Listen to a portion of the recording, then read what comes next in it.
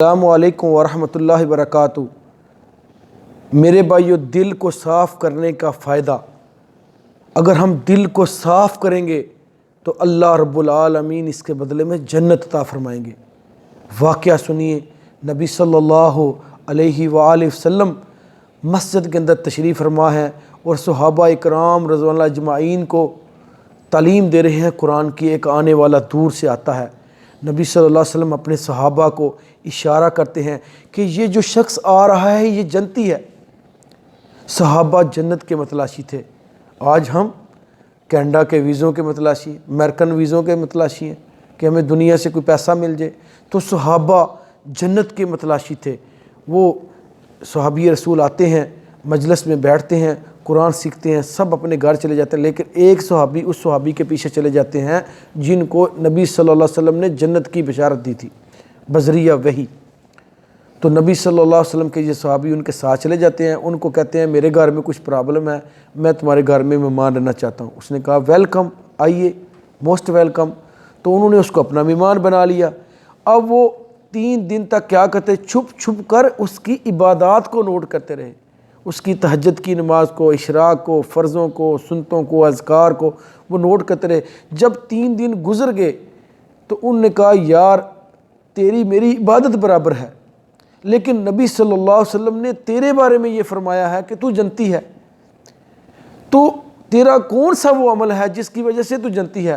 وہ کہنے لگے ہاں تم نے میرے عمل تو دیکھ ہی لیے ہیں، ہاں ایک عمل ایسا ہے شاید اسے نہیں جانتا، وہ عمل یہ ہے کہ جب میں رات کو سوتا ہوں تو اپنا دل صاف کر کے سوتا ہوں، اپنے تمام مسلمان بھائیوں کو، اپنے بھائیوں کو معاف کر کے سوتا ہوں۔ ہاں اگر میں نے کسی کے ساتھ زیادتی کی ہے تو میں اس وقت تک سوتا نہیں ہوں جب تک میں اس سے معافی نہ مانگ لوں، یہ میں عمل کرتا ہوں۔ وہ صحابی رسول اس کی بات سنتے ہیں، فوراً نبی صلی اللہ علیہ وسلم کے پاس جاتے ہیں، کہتے ہیں یا رسول اللہ صلی اللہ علیہ وآلہ وسلم، میرا اس کا عمل برابر ہے، ہاں اس نے مجھے بتایا اس کا یہ عمل زیادہ ہے کہ وہ جب رات کو سوتا ہے تو اپنا دل صاف کر کے سوتا ہے۔ تو نبی صلی اللہ علیہ وسلم نے فرمایا اسی عمل کی وجہ سے تو وہ جنتی ہے۔ تو میرے بھائیوں یاد رکھیں، یہ جنتیوں کا عمل ہے دل کو صاف کرنا۔ جب بندہ کوئی عمل کرتا ہے تو اللہ رب العالمین سب سے پہلے انسان کے دل کو دیکھتا ہے، اللہ سب سے پہلے انسان کے دل کو ہدایت دیتا ہے۔ اور تقوی، نبی صلی اللہ علیہ وسلم نے فرمایا التقوی ہا ہونا، کہ تقوی کا مرکز دل ہے۔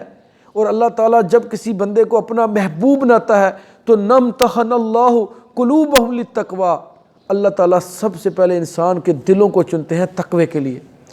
تو میرے بھائیو حسد بھی یہاں پر ہے، بغض بھی یہاں پر ہے۔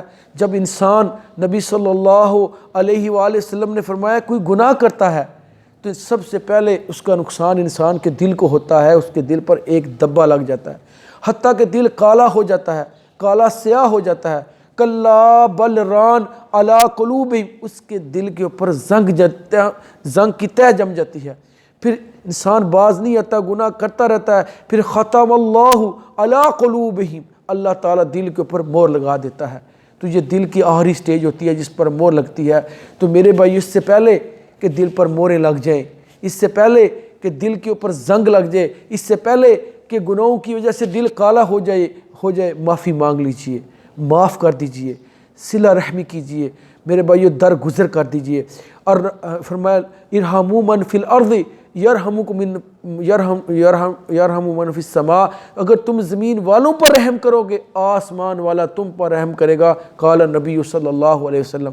تو معاف کر دیجئے، درگزر کر دیجئے، اپنے گناہ کی اللہ سے معافی مانگیے، لوگوں کو درگزر کر کے اپنا دل صاف کر لیجئے، اسی میں ہماری کامیابی ہے۔ یہ جنتیوں کا عمل ہے، اگر ہم بھی اپنے دل کو صاف کر کے سوئیں گے، سب کو معاف کر کے سوئیں گے تو انشاءاللہ اللہ ہمیں بھی انشاءاللہ اس کے عوض میں جنت عطا فرمائے گا۔